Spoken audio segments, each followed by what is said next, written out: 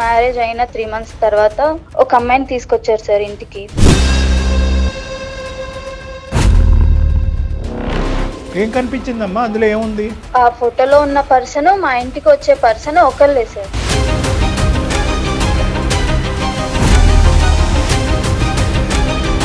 అసలు చెల్లికి ఇట్లా ఎవడైనా ప్రపంచంలో రాస్తాడని అడగపోయావమ్మా?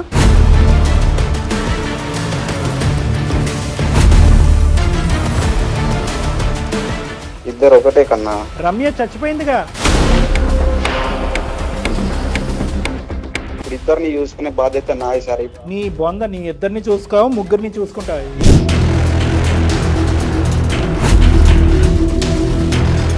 చనిపోయింది అనుకున్నటువంటి రమ్య వెంటనే మళ్ళీ నీ లైఫ్లోకి ఎందుకు రాలేదు? ఆ గ్యాప్లో ఆవిడేమైనా బిజీగా ఉందా?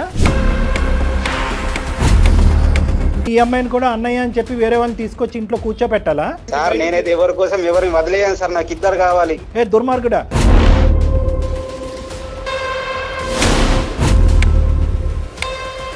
ఇన్ని రోజులు నమ్మాను కాబట్టి నువ్వు చెప్పినవన్నీ నమ్మాను. ఇప్పుడు ఆ ఫోటో చూసిన తర్వాత నాకు నమ్మకం అంతా పోయింది. చెల్లె అని చెప్పడానికి సార్ ఒక రీజన్ ఉంది.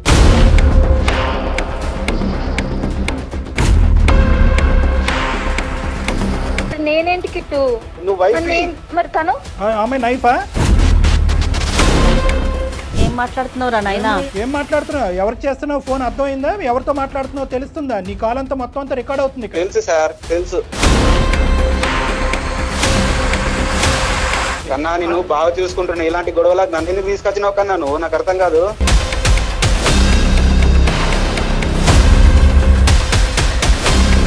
అసలు నిన్ను ఎలా వర్ణించింది అంటే ఆ అమ్మాయి రాముడండి, దేవుడండి. మళ్ళీ ఒక కంపెనీలో హెచ్ఆర్గా చేస్తున్నారంటే ఎంత తెలివి ఉండాలి? ఇప్పటికీ ఎప్పటికీ రమ్య అనేటటువంటి రీ ఎంట్రీ ఇచ్చినటువంటి ఈ అమ్మాయి నాకు చెల్లితో తల్లితో సమానం అని నువ్వు చెప్పగలవా? గీతాని చెల్లి లాంటిదని పరిచయం చేశాను. అది విట్టిస్ట్. అమ్మని దుంపతేగా. సార్ నాకు ఏం అర్థం కావట్లేదు సార్. నా లైఫ్ ప్లీజ్ మీరే హెల్ప్ చేయండి. ఇప్పుడు మనకు ఇప్పుడు తెలిసి ఇక్కడ గీత అక్కడ రమ్య అనే అర్థమైంది. ఇంకా ఎంతమంది ఉన్నారో?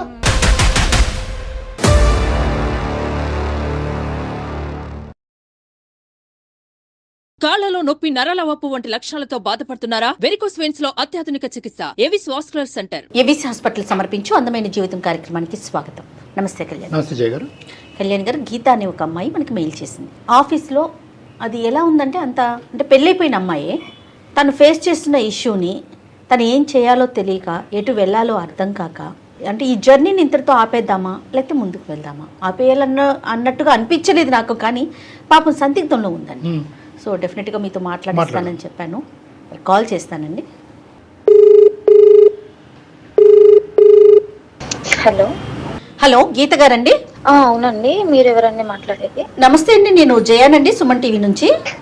మేడం మేడం నమస్తే మేడం. నమస్తే గీత గారు, మీ మెయిల్ చూసామండి. నేను డాక్టర్ గారికి కూడా చెప్పాను, బ్రీఫ్గా చాలా 1 line లో చెప్పేశాను నేను. సో మీతోనే మాట్లాడేద్దామనేసి. డాక్టర్ కళ్యాణ్ చక్రవర్తి గారు ఉన్నారు, ఒకసారి మాట్లాడతారా? సార్ నమస్తే సార్. నమస్తే అమ్మా, చెప్పండి అమ్మా. గీత, ఏంటి సమస్య? ఎవరిది?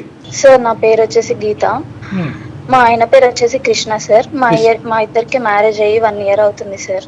అతనిని మా ఆఫీస్ లోనే మీట్ అయ్యాను. తను వచ్చేసి మా హెచ్ఆర్ అండి. సో అతను ఎలా అంటే గుడ్ లుకింగ్ అన్నమాట. ఎవరు చూసినా ఈజీగా అట్రాక్ట్ అయిపోతారు తనకి. సో నేను కూడా అలానే అట్రాక్ట్ అయిపోయాను కృష్ణ గారికి. సో అలా రోజు మాట్లాడుతూ ఉంటాము ఆఫీస్ లో. సార్ ఏం చేస్తున్నారు ఏంటి అనేది అలా మాట్లాడుకుంటూ కన్వర్జేషన్ అనేది స్టార్ట్ అయింది మ్యామ్. నాకు ఏంటంటే బాగా నచ్చేసారు. అతను మాట్లాడే విధానం గానీ ఉండే విధానం గానీ చాలా బాగా నచ్చేసారు. ఆఫీస్ కి ఒక రోజు వస్తుంటారు, ఒక రోజు రారు. సో నేనేంటంటే తన కోసం వెయిట్ చేస్తూ ఉంటాను ఆఫీస్ లో ఎప్పుడు వస్తారా అని. అలా కంటిన్యూగా ఒక 20 days రాలేదండి. నేను ఎందుకు రావట్లేదు ఏంటి అన్న కన్ఫ్యూజన్ లో నేను సార్ కి కాల్ చేశాను, హెచ్ఆర్ సార్ కాల్ చేసి, సార్ ఏంటి ఎందుకు రావట్లేదు, ఇలా 20 days అవుతుంది కదా మీరు రాకుండా అనేసి అడిగితే, నేను ఇలా జాబ్ మానేశాను అనేసి అన్నారు. ఎందుకు సార్ ఏమైంది, రీజన్ తెలుసుకోవచ్చా అనేసి అడిగితే, నా పర్సనల్ ఇష్యూ అందుకనే రావట్లేదు అనేసి అన్నారు. సో మళ్ళీ నేను 2 days తర్వాత నేను మళ్ళీ రిటర్న్ కాల్ చేశాను. సార్ ఒకసారి కాఫీకి కలుద్దాము, వెళ్దామా ఈవినింగ్ అనేసి అడిగాను. సార్ అన్నారు లేదు నేను రానమ్మా అనేసి అన్నారు. నేను మళ్ళీ నెక్స్ట్ డే మళ్ళీ కాల్ చేసి, సార్ మళ్ళీ మీట్ అవుదాము, మీతో కొంచెం మాట్లాడాలి, మీకు ఒకటి చెప్పాలి, రండి సార్ కాఫీకి అనేసి చెప్పాను. తను వచ్చారు. సో అంటే పర్సన్ అనేది టోటల్ డిఫరెంట్ గా చేంజ్ అయిపోయారు. ఆఫీస్ లో ఉన్నప్పుడు మంచి గుడ్ లుకింగ్ గా స్టైల్ గా ఉండేవాళ్ళు, ఇప్పుడు మొత్తం బియర్డ్ పెంచేసుకొని హెయిర్ పెంచేసుకొని అలా టోటల్ చేంజ్ అయిపోయేసరికి నేను షాక్ అయ్యి, సార్ ఏమైంది, ఎందుకు అలా ఉన్నారు, ఎందుకు అలా చేంజ్ అయిపోయారు అనేసి అడిగాను. అప్పుడు తను స్టోరీ చెప్పారు, ఇలా నాకు లవ్ ఫెయిల్యూర్ అయింది, నేను ఇలా ఒక అమ్మాయిని ప్రేమించాను, తను ఇప్పుడు చనిపోయింది, సో దానివల్ల నేను కొంచెం బాధలో ఉన్నాను, డిప్రెషన్ లో ఉన్నాను, సో నాకు ఆఫీస్ కి కూడా రావాలనిపించట్లేదు అనేసి చెప్పారు. సో తను డిప్రెషన్ లో ఉన్నారు కదా, మన సైడ్ నుంచి హెల్ప్ చేద్దాం అనేసి నేను రోజు కాల్స్ చేయడము, మెసేజ్ చేయడము, సో ఇలాంటివి చేస్తూ నేను తనకి కనెక్ట్ అయిపోయాను, తను నాకు కనెక్ట్ అయిపోయారు. సో ఇలా 8 months లో మేము లవ్ లో పడిపోయాము. అంటే ఫస్ట్ నువ్వు ప్రపోజ్ చేసిన తర్వాత అతను ప్రపోజ్ చేశారా, లేదంటే ముందే అతను? లేదు సార్, నేనే ప్రపోజ్ నువ్వే చేశాను. ప్రపోజ్ చేసావు, దానికి అతను కూడా పెద్ద ఏమీ అంత సంకోచించలేదు, వెంటనే రెస్పాండ్ అయ్యాడు. అవును సార్, అంటే నేను ఫస్టే ప్రపోజ్ చేశాను సార్, కానీ అప్పుడు వద్దు అనేసి అన్నారు. కానీ తర్వాత నేను చూపించే కేరింగ్ కి, నేను చూపించే మీ ఇద్దరి మోటివేషన్ కి. మధ్య ఏజ్ గ్యాప్ ఎంత ఉంది? అతను అంటున్నావు, అతని పేరేంటమ్మా? Sir Krishna sir. కృష్ణకి నీకు ఏజ్ గ్యాప్ ఎంతమ్మా? 3 years సార్. 3 years. గీతాకి కృష్ణకి 3 years ఏజ్ గ్యాప్. ఓకే, పెద్దలకి ఎప్పుడు చెప్పారు? 8 months తర్వాత చెప్పాను సార్. ఓ ఓకే. పెళ్లి మరి? పెళ్లి అయ్యి 1 year వరకు అవుతుంది సార్. పెళ్లి అయింది, పెద్దల్ని ఒప్పించే మేము పెళ్లి కూడా చేసుకున్నాము. ఇంతవరకు స్మూత్ గానే ఉంది. మీరు బాగుంది. జాబ్ చేస్తున్నారండి ప్రెజెంట్ గీత? మేడం చేస్తున్నాను మేడం, సాఫ్ట్వేర్ జాబే చేస్తున్నాను, తను కూడా జాబ్ చేస్తున్నాను. ఒకే కంపెనీనా? మా కంపెనీ కాదు మేడం, ఇప్పుడు వేరే కంపెనీ. ఆ కంపెనీలో జాబ్ మానేసిన తర్వాత తను డిప్రెషన్ లో నుంచి బయటకు వచ్చిన తర్వాత వేరే కంపెనీలో జాయిన్ అయ్యారు జాబ్. ఆయన వేరే కంపెనీలో జాయిన్. రైట్. అవును. తర్వాత అతను ఆ జ్ఞాపకాల గురించి కానీ ఆ ప్రేమ ఎంతవరకు కొనసాగింది ఇవేమన్నా నువ్వు తర్వాత అడిగి తెలుసుకున్నావు? అతను ఏమైనా చెప్పాడు? ఇంకా అవేమి లేవు? లేదు సార్, నేనేమి అడగలేదు. ఎందుకంటే మళ్ళీ పాత విషయాలు గుర్తు చేసి బాధ పెట్టడం ఎందుకు అనేసి నేనే ఏం అడగకుండా కామ్ గా మేమిద్దరం చాలా హ్యాపీగా ఉన్నాం సార్. పెళ్ళైన తర్వాత కూడా మా ఇద్దరి మధ్య ఏ డిస్టర్బెన్సెస్ లేవు, ఏ మిస్అండర్స్టాండింగ్స్ లేవు, చాలా హ్యాపీగా ఉన్నాం. ఓకే, మరి ఇష్యూ ఏంటమ్మా, ఏమైంది? సార్ ఇష్యూ వచ్చేసి మ్యారేజ్ అయిన తర్వాత 3 months తర్వాత ఒక అమ్మాయిని తీసుకొచ్చారు సార్ ఇంటికి. సో ఆ అమ్మాయి వచ్చేసి అతని ఆఫీస్ లో కొలిక్ అన్నమాట. నాకు చెల్లి అని పరిచయం చేశారు. చెల్లి అంటే ఏ చెల్లి? చెల్లి. చెల్లిని పరిచయం చేయటం అంటే నీకు తెలియని చెల్లి ఎలా ఉంటది? కొలిక్ చెల్లి సార్. అది కొలిగి చెల్లి. ఈ చెల్లెలతో సగం తొలగిన. సరే, నువ్వు ఓకే, అప్పటి వరకు పరిచయం చేయనాడు, ఇప్పుడు ఎందుకు పరిచయం చేశాడు సడన్ గా చెల్లిని? అదే సార్, నేను అడిగాను ఎక్కడి నుంచి వచ్చింది తిను ఎవరంటే, ఇలా జాయిన్ అయింది రీసెంట్ గానే, నాతో మంచిగా మాట్లాడుతుంది చెల్లి అనేసి చెప్పాడు. నేను ఏం క్వశ్చన్ అడిగినా గానీ ఇట్లా చెల్లి అనేసి చెప్పాడు. సో దానివల్ల ఏంటంటే నేను కూడా ఏం క్వశ్చన్ అడగలేదు, నాకు కూడా ఏం డౌట్ రాలేదు. సో అలా ఆమె కంటిన్యూగా 2-3 times ఇంటికి వస్తూనే ఉంది సార్. ఇంటికి రావటం, మళ్ళీ వాళ్ళు ఫోన్ లో అన్నయ్య చెల్లి అని ఫోన్ లో మాట్లాడుకోవటం, ఇవంతా నడుస్తూనే ఉంది. అవును సార్, నేను చెల్లినే కదా అనేసి నేను కూడా ఏం పట్టించుకోలేదు సార్. అలా కొన్ని డేస్ కొనసాగింది. సో తర్వాత ఒక రోజు మేము మా ఇద్దరికి ఇన్కమ్ బానే ఉంది, సొంత ఇల్లు కొనుక్కుందాము, ఇల్లు షిఫ్ట్ అవుదాం అనేసి నేనే అడిగాను. ఓకే షిఫ్ట్ అవుదాం అన్నారు. అప్పుడు అన్ని ప్యాక్ చేస్తుంటే ఏంటంటే తన ఓల్డ్ మెమోరీస్, ఫొటోస్ అన్ని నాకు కనిపించాయి. ఏం కనిపించింది అమ్మా? ఏముంది? ఒక బాక్స్ ఉందండి, ఆ బాక్స్ లో వచ్చేసి ఫొటోస్, కవితలు. ఆ ఫొటోస్ వెనకాల వాళ్ళు ఫస్ట్ డే మీట్ అయిన డేట్, వాళ్ళు ఏం మాట్లాడుకున్నారు, కవితలు ఉంటాయి, తను రాసిన కవితలు, అవన్నీ ఉన్నాయి సార్ బాక్స్ లో. ఎవరు అమ్మాయి అంటే? ఏ అమ్మాయి?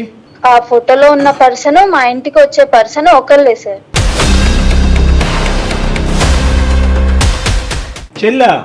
అవును సార్. చెల్లిని ఆ విధంగా వరుసల్ని కూడా ఎంత నాశనం చేస్తున్నారమ్మా. కాదమ్మా, ఇప్పుడు అతనికి ఈ అమ్మాయి ప్రేమించేటటువంటి అమ్మాయినే కొద్దిగా నీ దగ్గర నుంచి ఒక ఇండైరెక్ట్ లైసెన్స్ గురించి, వాళ్ళ ఫ్రీనెస్ గురించి చెల్లి కింద పరిచయం చేశాడు నీకు, అంతేనా? అవును సార్, అవును సార్. నాకు అది ఆ ఫోటో చూసినప్పుడే అర్థమైంది సార్. ఆ ఫోటో ఇంకా ఐ లవ్ యూ అని రాసుకోవడము, ఆ కవితలు అవన్నీ చూసిన తర్వాతే నాకు తెలిసింది సార్. సో ఇంటికి వచ్చినప్పుడు నేను అడిగాను, ఇలా ఫొటోస్ దొరికాయి, ఈ అమ్మాయి మన ఇంటికి వస్తుంది, మరి ఈ ఫోటో వెనకనేమో ఐ లవ్ యూ అని రాసింది, కవితలు ఉన్నాయి, మరి ఈ అమ్మాయి ఏమో చెల్లి అని పరిచయం చేశావు, మీరు ఫస్ట్ మీట్ అయిన డేట్ ఉంది, అసలు ఎవరు ఈ అమ్మాయి? అసలు చెల్లికి ఎవడైనా ప్రపంచంలో రాస్తాడని అడగపోయావమ్మా? ఇంకా చెల్లి స్టోరీ ఏముందిలేండి, కానీ అతను ఆ విధంగా చెల్లి అన్నట్టుగా డిస్క్రైబ్ చేసి చూపెట్టి మేము నీ చెవులో ఏమొచ్చి పెద్ద పువ్వు పెట్టాడు.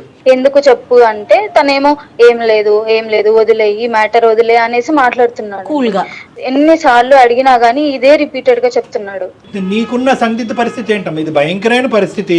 ఎందుకంటే నువ్వు చక్కగా అబ్బాయిని మోటివేట్ చేసి చచ్చిపోవలసినటువంటి మనిషికి ఇంకో జీవితాన్ని ఇచ్చి ప్రేమించినటువంటి అమ్మాయి స్థానాన్ని నువ్వు తీసుకుని ఆ విధంగా ముందుకు వచ్చినటువంటి అమ్మాయిని అసలు నువ్వు నీ పాదావందనం చేసి పూలతో పూజించాలి నిన్ను. అలాంటి నీకు వెన్నుపోటు పొడిచి చెల్లి అని పరిచయం చేస్తూ వేరే చెల్లిని తీసుకురావటం అనేది ఎంతవరకు సబబు? అంత దుర్మార్గత్వం ఎలా వచ్చింది? నీ క్వశ్చన్ ఏంటి? అదే సార్, నాకు అసలు ఏం అర్థం కావట్లేదు సార్. అసలు ఆ అమ్మాయి ఎవరు? పాస్ట్ లో చనిపోయిన అమ్మాయి అన్నాడు, తను ఎవరు? నేను ఇంకా పాస్ట్ విషయాలు ఏం అడగలేదు కదా సార్. చనిపోయిన అమ్మాయి ఎలా బతుకొస్తుందిలే అమ్మా, తీసి పక్కన పెడదాంలే కానీ ఆ అమ్మాయి చనిపోయింది, ఆ అమ్మాయి క్లోజ్ అయిపోయింది, దాని గురించి అతను మరి ఈ అమ్మాయి చెల్లి అని పరిచయం చేసి మరి ఈ అమ్మాయికి ఐ లవ్ యూ అని చెప్తున్నాను. నాకు ఇప్పుడు చచ్చిపోవాలా బతకాలా అనేది నాకు ఏం అర్థం కావట్లేదు. ఎలాగైతే కనుక ఆ అమ్మాయి చనిపోయిన తర్వాత నువ్వు ఎలాగైతే ముందుకొచ్చి మోటివేట్ చేసి కౌన్సిలింగ్ చేసావో ఇంటి దగ్గర వేరే అమ్మాయి కౌన్సిలింగ్ చేసినట్టుంది ఆ అమ్మాయి ఈ అమ్మాయి. సో నిన్ను ఇక్కడ నడిపించాడు, ఆ అమ్మాయిని ఆ విధంగా నడిపించాడు. ఇంకెంతమంది నడిపిస్తున్నాడు? నీకు ఒక 10 మార్కులు ఎక్కువ వేసాడు కాబట్టి నేను పెళ్లి చేసుకున్నాడు. మరి పెళ్లి చేసుకున్న తర్వాత ఈ అమ్మాయిని ఇంటికి తీసుకురాకపోతే బాగుండదు కదా, ఈ రోజు కాకపోయినా రేపైనా చెల్లి అని తీసుకొచ్చాడు. నువ్వు ఇంత నాకు అన్నిటికంటే ఆశ్చర్యం కలిగించేది ఏంటంటే నువ్వు ఇలాగా ఈ గుట్టు రట్టయిన తర్వాత ఇవన్నీ చూపెట్టిన తర్వాత కూడా అతను సాఫీగా సాఫ్ట్గా ఏమీ లేదు అంటున్నాడంటే ఇలాంటి అంశాల్లో ఎంత నిష్ణాతుడో ఇతను, ఎంత ఆరితేరున్నాడు. అది నాకు చాలా నమ్మాను సార్ అతనిని, నేను చాలా నమ్మాను అతనిని. అదే కదమ్మా జరిగేది. ఇబ్బంది అక్కడే మొదలవుతుంది, నమ్మకాలతోనే మొదలవుతుంది. నమ్మకాలు స్మార్ట్ అండి. ఆఫీస్కి 2 రోజులు రాకపోతే నేను తట్టుకోలేకపోయానండి, ఆఫీస్ వాళ్ళు కూడా పట్టించుకోకపోయినా నేనే ఫోన్ చేసి అటెండెన్స్ వేయించేవాడిని అండి. ఎందుకమ్మా ఈ గోలంతా? వీటిల్లో ఉంటారు కానీ వాళ్ళు అసలు ఎలాంటి వాళ్ళు ఏంటి ఎంక్వైరీలు చేయటంలో మాత్రం ఉండరమ్మా. నిన్నేదో ఇబ్బంది పెట్టడం అని కాదు కానీ జనరల్ గా ఇవే చూస్తా ఉన్నాం. సరే ఇప్పుడు ఏం చేద్దాం చెప్పండి? నేను ఎన్నిసార్లు అడిగినా చెప్పట్లేదు మేడం, అందుకనే మీ సైడ్ నుంచి ఏమన్నా అడిగించాలని చెప్తాడేమో అనేసి నాకు ఇప్పుడు ఆఫీస్కి వెళ్ళాలన్నా వెళ్ళబుద్ధి కావట్లేదు, పని మీద కాన్సన్ట్రేట్ చేయలేకపోతున్నాను. నా లైఫ్ ఏంటో నాకు అర్థం కావట్లేదు మేడం, అసలు చచ్చిపోవాలనిపిస్తుంది నాకు. వెళ్తున్నాడు సార్, అతను మాత్రం బిజీగానే ఉన్నాడు, నిన్ను మాత్రం ఇరుకునేసాడు. అక్కడేమో వచ్చి చెల్లి అని చెప్పుకుంటూ ఆ అమ్మాయితో సరసాలు కంటిన్యూ చేస్తున్నాడు. ప్లీజ్ సార్ హెల్ప్ చేయండి సార్. బయటకు వచ్చేసేమో సింపుల్ గా, ఏమి ఇలాంటి మోసగాడితో ఏముంటావు? కౌన్సిలింగ్ చేసినంతకాలం చేసావు, ఒక ఇంటోడిని చేసావు, చాలా వాడికి చేసిన సాక్రిఫైసెస్. నిజం తెలుసుకోవాలి సార్, నిజం తెలుసుకోవాలి, అసలు ఏం జరిగింది ఏంటి నాకు అన్ని విషయాలు చెప్తాడు. ఈ విషయం అనేది ఎందుకు దాచిపెట్టాడు? నిజం తెలుస్తుందో చాలా నిజాలు తెలుస్తాయి మాకు, అది టెన్షన్ గా ఉంది. ఇప్పుడు నువ్వు చెప్పినట్టుగా ఇప్పుడు నువ్వు నీకు విన్నావు కాబట్టి ఫోటోలు కనిపించినాయి కాబట్టి మా వరకు అయితే ఫోన్ చేసావు. ఫోటోలు కనిపించకుండా ఈ డైరీలు కనిపించకపోతే ఎంతకాలం నడిచేది ఈ కథ? అవునా సార్, దాని గురించి ప్లీజ్ సార్ మాట్లాడి ఏదో ఒకటి. మళ్ళీ ఇల్లు మారితే ఇంకొన్ని కనిపిస్తాయి నీకు. నీతో ఫెయిర్ గా ఉన్నాడు అనుకుంటున్నావమ్మా గీత, కానీ తను అసలు ఎన్ని దాచాడో, తనకి కావాల్సినయే చెప్తున్నాడు, వద్దు సీక్రెట్ గా ఉంచాలనుకునే తను క్లోజ్ చేసేస్తున్నాడు వాటిని. ఏంటంటే అతనితో మాట్లాడక ముందే ఈ ఇష్యూని రిజాల్వ్ చేసుకోమని ఎందుకన్నాను అంటే కనుక కేవలం ప్రేమించి పెళ్లి చేసుకుంటే అది వేరే విషయం అమ్మా. నువ్వు ఒక టీచర్ స్థాయిలో, ఒక తల్లి స్థాయిలో, ఒక డాక్టర్ స్థాయిలో అక్కడ నిలబడి చచ్చిపోయేటటువంటి మనిషి, చచ్చిపోవాల్సినటువంటి మనిషిని ఈ రోజు డిప్రెషన్ లోంచి బయటకు లాగి ఒక కొత్త జీవితాన్ని ఇచ్చావు. అసలు నీకెంత రుణపడి ఉండాలి అతను. అలాంటి వాడు ఇలాంటి వెన్నుపోటు పొడిచేటటువంటి వాడికి ఇంకో అవకాశం ఇచ్చి నిజాలు తెలుసుకోవాలని ప్రయత్నం చేస్తావా? మీలాంటి పిచ్చమ్మాయిలు ఉండటం వల్లే లోకం ఇలా ఉంది. సరే ఏమో మా అందరికీ తెలియని మంచితనం నువ్వు చూసావు కాబట్టి నువ్వు ఇంకో అవకాశం ఇవ్వాలి అని అనుకుంటున్నావు. ఆ మహానుభావుడు ఏంటి, ఆ మహనీయత ఏంటి అన్నది మేము కూడా చూస్తాం. ఒకసారి ఫోన్ కల్పమ్మా. మీరు మాట్లాడుతున్న వ్యక్తి మీ కాల్ ను హోల్డ్ లో ఉంచారు, దయచేసి లైన్ లో వేచి ఉండండి. హలో కిట్టు, ఎక్కడున్నావు? నేను బయటకు వచ్చిన కన్నా. మళ్ళీ ఆ అమ్మాయితోనే వెళ్ళావా? ఏ అమ్మాయి? నాకెవరున్నారు, నువ్వు తప్ప. ఏ అమ్మాయి ఏంటి, మన ఇంటికి వస్తుంది కదా, ఇప్పటికి 3-4 సార్లు వచ్చింది. ఆ ఫోటోలు చూపించాను, ఆ అమ్మాయి ఎవరో చెప్పట్లేదు కదా, ఎన్నిసార్లు అడిగినా. ఏం జరుగుతుంది కిట్టు, చెప్పు కిట్టు. నేను ఇంత లవ్ చేసి పెళ్లి చేసుకున్నాం కదా, మనం బానే ఉన్నాం కదా, ఏమైంది ఇప్పుడు? ఎందుకు ఇంకొక అమ్మాయితో? అవునమ్మా, చెల్లితో ఇప్పుడు ఏం సంబంధం అమ్మ మనతో? మనం బాగుంటున్నాం కదా, అసలు ఆమె మ్యాటర్ ఎందుకు వచ్చింది మనకి? మరి ఏం సంబంధం లేనప్పుడు అక్కడ ఐ లవ్ యూ కవితలు ఎందుకు రాసావు కిట్టు?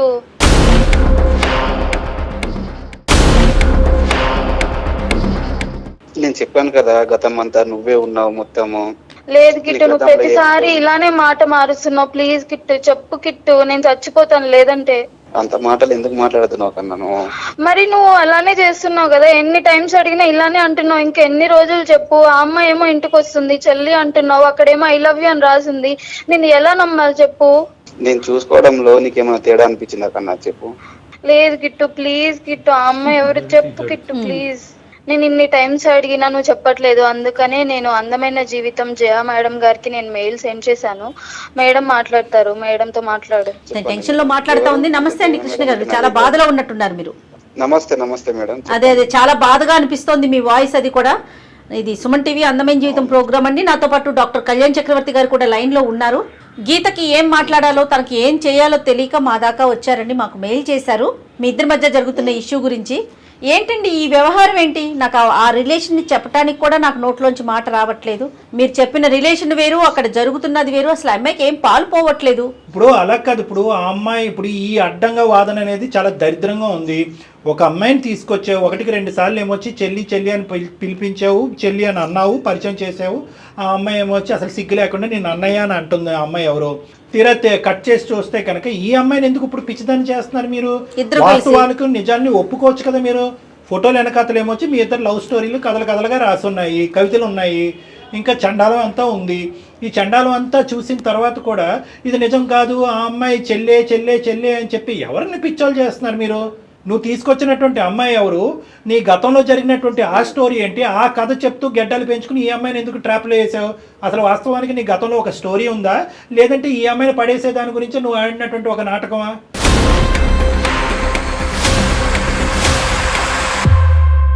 ఫస్ట్ నేను అమ్మాయి రమ్య అనే అమ్మాయి లవ్ చేసుకున్నాం సార్. రమ్య ఎవరు? ఆ చనిపోయిన అమ్మాయి?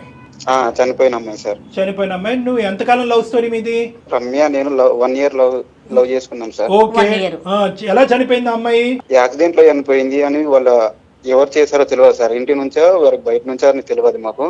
ఓకే, కాల్ వచ్చింది సార్, ఒక అన్నోన్ కాల్ వచ్చి ఇట్లా యాక్సిడెంట్ లో చనిపోయారు అని వచ్చింది. వాళ్ళ ఇంటికి వెళ్ళి చూసే లోపు వాళ్ళ ఇంటికి తాళం ఉంది సార్. పక్కింటి వాళ్ళని అడిగితే వాళ్ళ సొంతూరుకి వెళ్ళిపోయారని అడిగితే వాళ్ళ సొంతూరు అనే డిస్కషన్ మా ఇద్దరి మధ్యలో ఎప్పుడు రాలేదు. 1 year. యాక్సిడెంట్ అయిన అమ్మాయిని మీరు చూడలే మీ కళ్ళతో? నా కళ్ళతో నేను చూడలే మేడం. అసలు మేము చనిపోయిందని నేను డిప్రెషన్ లో ఉన్నాను సార్. 1 year డిప్రెషన్ లో ఉండే టైంలో గీత అప్పుడు పరిచయం అయింది సార్ ఆఫీస్ లో నాకు. ఓకే. ఆమె వచ్చిన డిప్రెషన్ లో నుంచి బయటకి ఏదో ఒక మోటివేషన్ చెప్పి బయటకు తీసుకొచ్చేది మేడం నన్ను. ఆ తర్వాత అలా లవ్ మంచిగా కుదిరి ఆ తర్వాత పెళ్లి చేసుకున్నాం మేడం. మేము ఉండే ఇల్లు షిఫ్ట్ అయ్యే టైం దగ్గరకు వచ్చింది.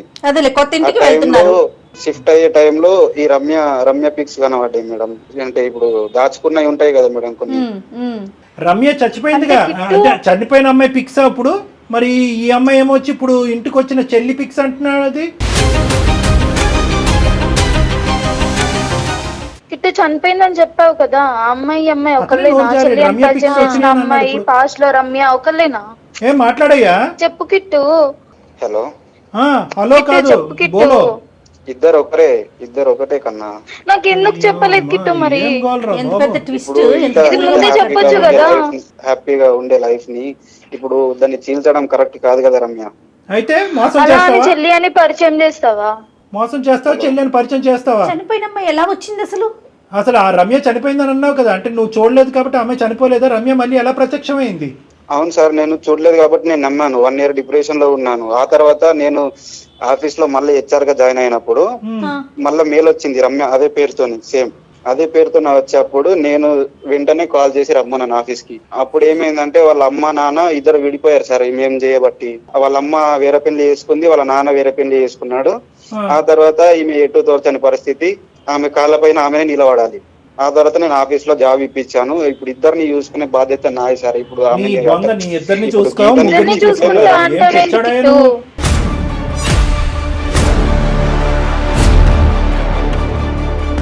ఎక్కడ తీసుకోవాలి?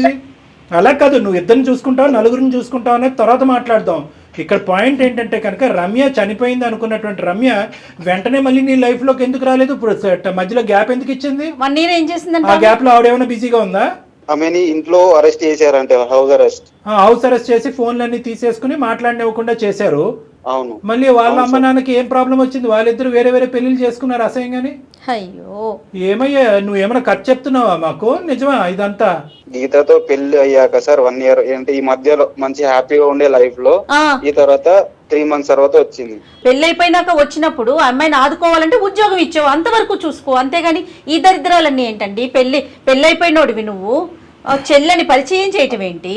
కాదు ఇప్పుడు అవును మేడం.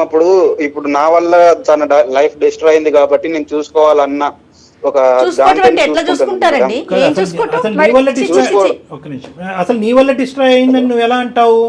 ఆ అమ్మాయి యాక్సిడెంట్ అయిపోయినట్టు, చనిపోయినట్టు, తల్లిదండ్రులు ఇంట్లో ఏమొచ్చి అవసరస్ చేసినట్టు అక్కడంతా కథ జరిగితే నీ మీద నువ్వు నిందెందుకు వేసుకుంటున్నావు నా వల్ల అయ్యిందని చెప్పి? మేడం మీరే చెప్పండి మేడం, సార్ మీరే నాకు న్యాయం చెప్పాలి. చాలా అన్యాయం అమ్మా, ఇక్కడ న్యాయం చెప్పడానికి కాదు. ఇప్పుడు నీ మనసులో ఏముంది కృష్ణ?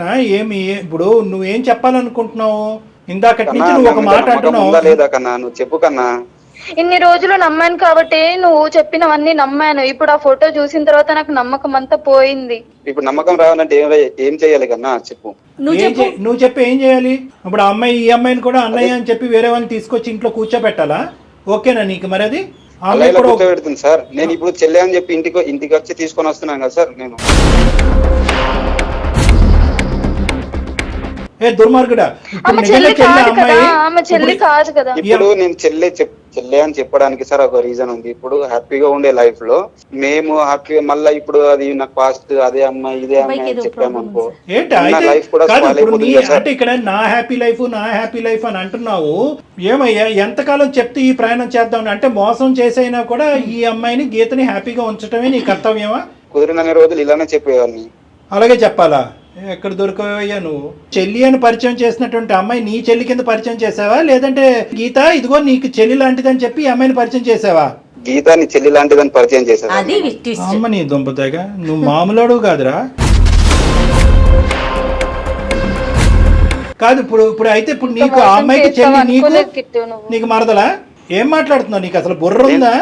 అసలు నిన్ను ఎలా వర్ణించింది అంటే ఆ అమ్మాయి ఇందాక గీత రాముడండి, దేవుడండి, అసలు అటువంటి అతను అటువంటి హ్యాండ్సమ్ ఏమో ఎంత హ్యాండ్సమ్ గా ఉన్నావు మాకు కనిపించలే కానీ ఫోన్లో ఉన్నావు.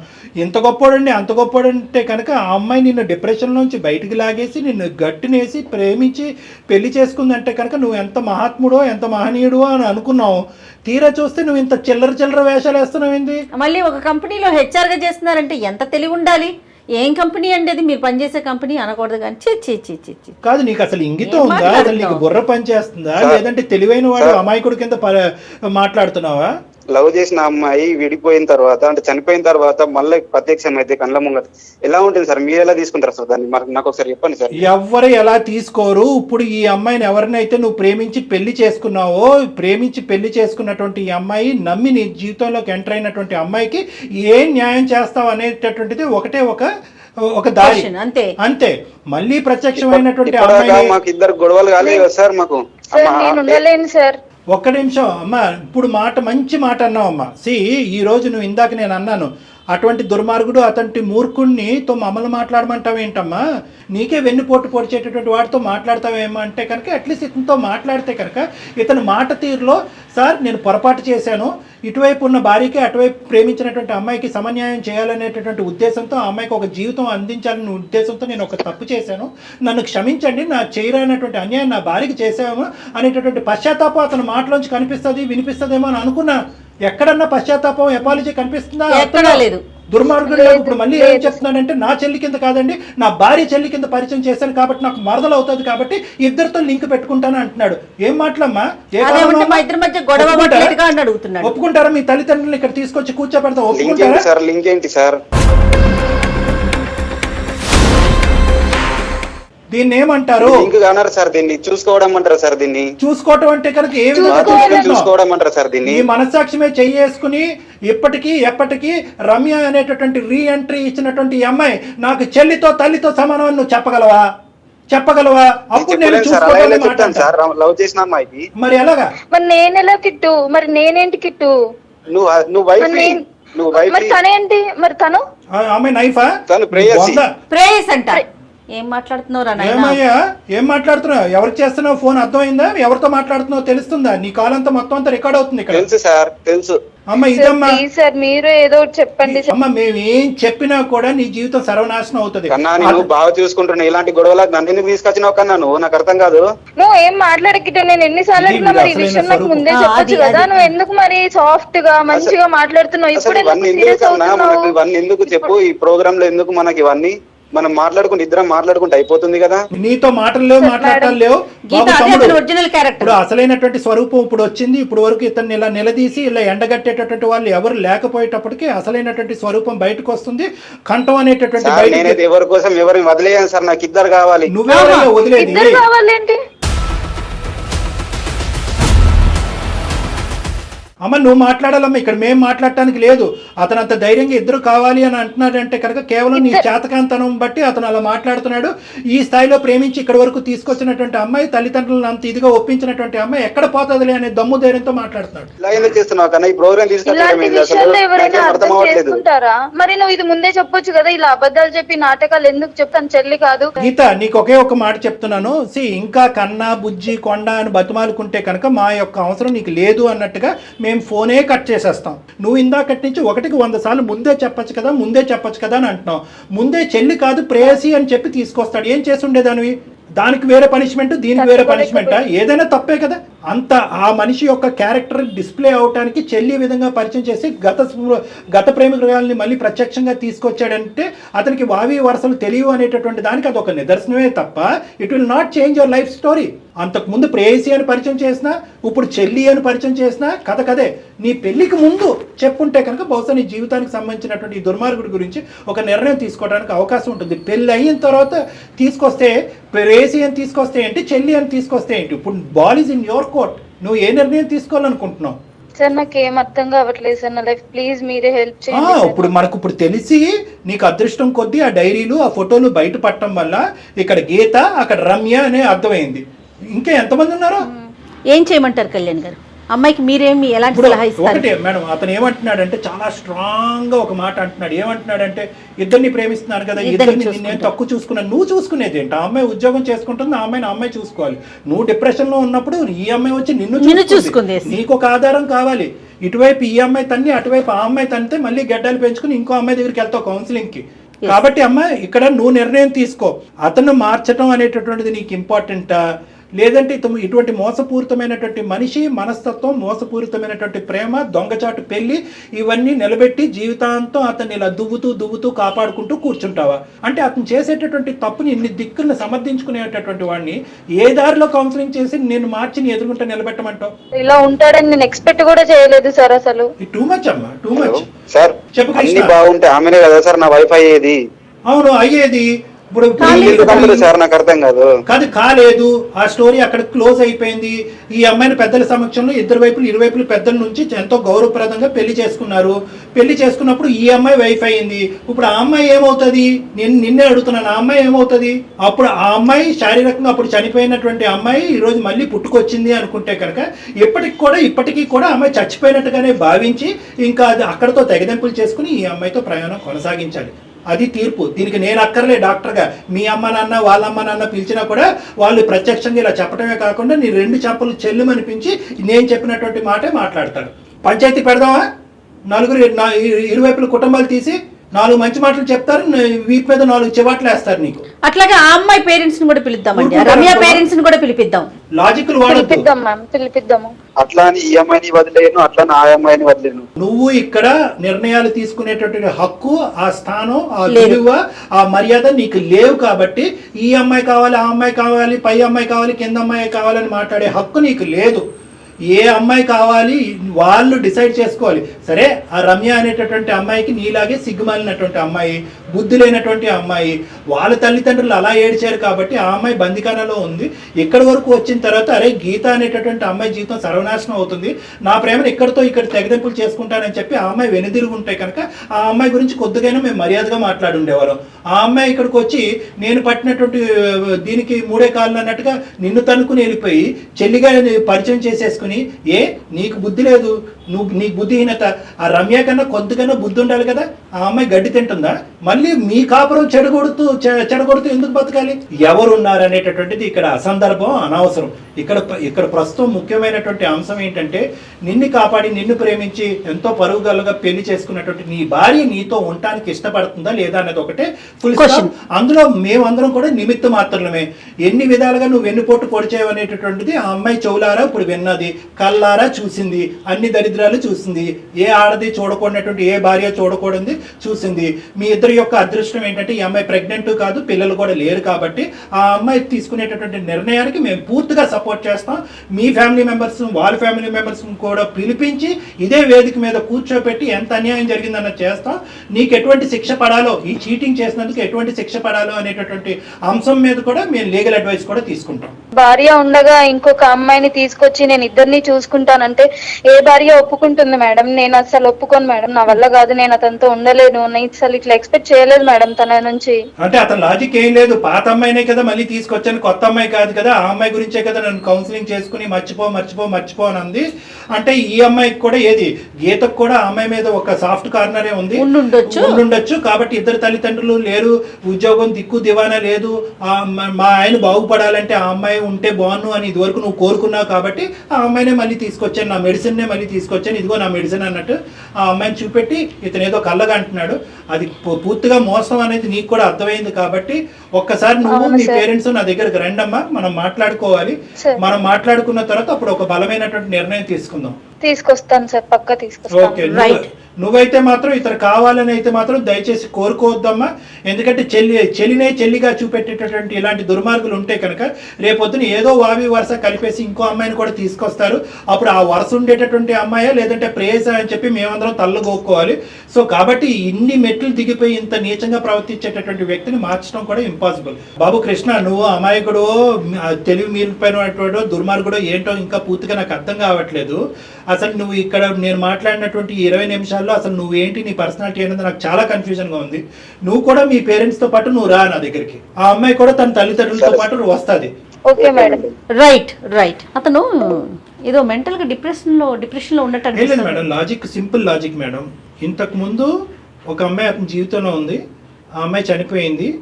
ఆ అమ్మాయి అంటే ఇతనికి ఎంత అమితమైనటువంటి ప్రేమ ఉంది అనేది ఇక్కడ కూర్చున్న వాళ్ళలో అందరికంటే గీతకే బాగా తెలుసు. సో గీత ఇతను ఓదారుస్తూ కౌన్సిలింగ్ చేస్తూ బయటకు తీసుకొచ్చింది. అవును.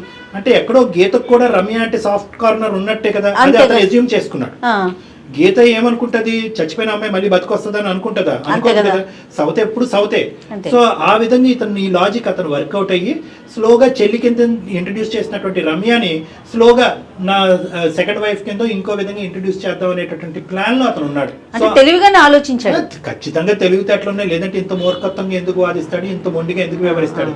ఎక్కడ పోతుంది ఈ అమ్మాయి, నన్ను ఓదారుస్తూ ఈ లెవెల్ వరకు తీసుకొచ్చినటువంటి గీత ఎక్కడ పోతుంది అనేది మాట్లాడుతున్నాను. ఇప్పుడు ఏమవుతుంది అంటే జరగబోయేది కూడా ప్రేక్షకులు చూసి ఆలోచిస్తూ ఉంటారు కాబట్టి చెప్తున్నాను ఏం జరగబోతుంది అనేది. అంటే నా ఎస్టిమేట్స్ నాకు ఉంటాయి కాబట్టి. ఇప్పటి వరకు అతనుకున్న మొండి ధైర్యం ఏంటంటే కనుక గీత ఎక్కడికి పోతుంది. ఇప్పుడు గీత గీసింది. గీత గీసింది అంటే పోరా బాబు, నువ్వు ఇద్దరిని ఉంచుకునేది, నిన్ను చూసుకునేది, ఇద్దరికి సమన్యాయం చేసేది ఏంటి? నువ్వు ఏదైనా న్యాయం చేసుకుంటే అక్కడికే చేసుకోపో, అమ్మాయి దుబేరా బాబు అన్నట్టు మాట్లాడింది కదా. ఇప్పుడు అతనికి రియలైజేషన్ వచ్చి ఫోన్ పెట్టేసే ముందు ఫోన్ పెట్టేస్తూ సార్ నేను కూడా వస్తాను అంటే మెట్టు దిగేటమాట. ఇప్పుడు ఈ మెట్టు దిగేటటువంటి తత్వం అతనిలో ఏమన్నా పర్మనెంట్ మార్పు వస్తుందా అనేటటువంటిది ఒక్కసారి మనం ఆలోచించి దీనికి ఈ పనిష్మెంట్ ఉండబోతుంది. ఇదే విధంగా నీకు ఏ విధంగా అయితే గీత కౌన్సిలింగ్ చేసి నీ జీవితంలో గీతను బయటికి లాగేస్తామో అదే విధంగా రమ్యను కూడా కౌన్సిలింగ్ చేసి ఆ అమ్మాయి కూడా నీ జీవితంలో లేనట్టుగా చేస్తా ఉంటే కనుక అప్పుడు ఇంత గెడ్డం కాదు, మొత్తం పెద్ద తోకలాంటి గెడ్డం పెంచుకుని రోడ్డు మీద అడుగు తినాలి. కాబట్టి ఆ పరిస్థితి, ఆ థ్రెట్ ఇతనికి చూపెట్టగలిగితే కనుక మార్పు రావడానికి ఒక అవకాశం ఉంది. ఆ మార్పు వచ్చేటట్టు ఉంటే, ఆ మార్పు పెర్మనెంట్ అనేటటువంటి నమ్మకం నాకు వస్తే అప్పుడే వీళ్ళిద్దరిని కలుపుదాం, లేదంటే వద్దు మేడం. డెఫినెట్గా కళ్యాణ్ గారు, మీరు ఇంత బలంగా చెప్తున్నారు అంటే కనుక అతని క్యారెక్టర్ ఏంటో అర్థమవుతా ఉంది. డెఫినెట్గా మిమ్మల్ని కలిసాక దాన్ని బట్టి నిర్ణయం తీసుకుందాం. రైట్ అండి, నమస్తే. కాళ్లలో నొప్పి, నరాల వాపు వంటి లక్షణాలతో బాధపడుతున్నారా? వెరికోస్ వెయిన్స్ లో అత్యాధునిక చికిత్స ఏవిస్ వాస్కులర్ సెంటర్.